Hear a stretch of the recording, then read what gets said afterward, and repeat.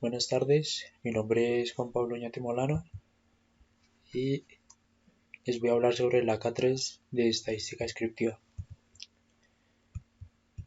Bueno, la estadística descriptiva es una disciplina que se encarga de recoger, almacenar, ordenar, realizar tablas o gráficos y calcular parámetros básicos sobre el conjunto de datos. Bueno, eh, el mapa mental habla sobre los tipos de medidas estadísticas y para qué se usa cada una. Las medidas o parámetros estadísticos son valores que representan un conjunto de datos y resumen la información de los datos totales en unos valores. Estas medidas estadísticas nos dan información sobre la situación, dispersión y otros patrones de comportamiento de los datos, y los más importantes son las de tendencia central o centralización, que indican el valor medio de los datos; las de dispersión, que miden la variabilidad de los datos respecto a los parámetros de centralización; y las de simetría, que nos indican la forma de distribución de los datos; y los de posición se utilizan para clasificar elementos de la muestra de una población. También habla sobre las distribuciones de frecuencia. Las distribuciones de frecuencia es como se clasifica un conjunto de datos en grupos mutuamente excluyentes. La primera frecuencia es la frecuencia absoluta, es el número de observaciones que pertenece a cada grupo. La frecuencia relativa se calcula dividiendo la frecuencia absoluta entre el número de datos. La frecuencia absoluta acumulada es el resultado de la suma de frecuencias absolutas de una clase o de un grupo de la muestra con la frecuencia anterior. La frecuencia relativa acumulada es el resultado de sumar las frecuencias relativas, tal y como se dijo anteriormente para la frecuencia absoluta acumulada.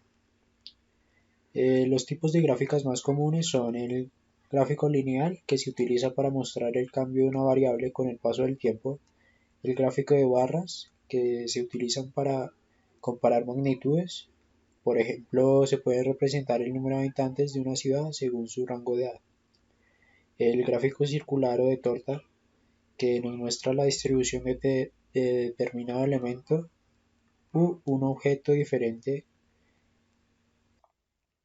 Bueno, la infografía habla sobre la regresión lineal, la cual es una técnica de modelado estadístico que se utiliza para describir una variable de respuesta continua basada en una o más variables predictoras. Sus componentes son la predicción o pronóstico. Utiliza un modelo de regresión para crear un modelo pronóstico para un conjunto de datos específico.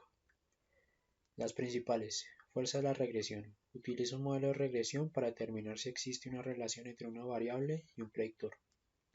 Ejemplos. Los ingenieros suelen crear modelos de regresión lineal para generar predicciones, comparar ajustes de modelos lineales, representar los valores residuales, evaluar la bondad de ajuste y detectar valores atípicos. Tipos de regresión lineal.